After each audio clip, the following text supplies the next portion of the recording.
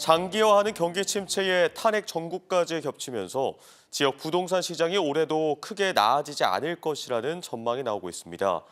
다만 금리 인하 기조 등은 시장 반등을 이끌어낼 수 있는 변수로 꼽힙니다.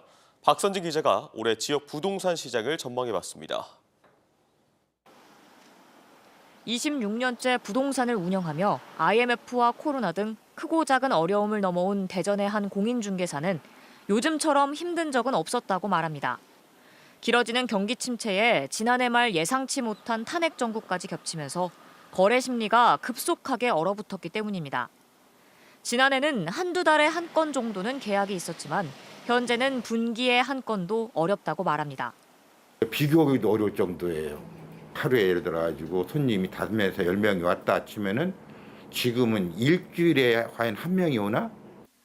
취재진이 대전에서 부동산 거래가 활발한 곳으로 꼽히는 도안의 여러 부동산들을 돌아봤지만 상황은 비슷했습니다.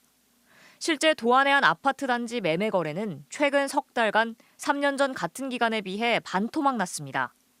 현 정부가 추진 중인 강력한 대출 규제 정책도 부동산 시장 침체의 원인으로 꼽힙니다.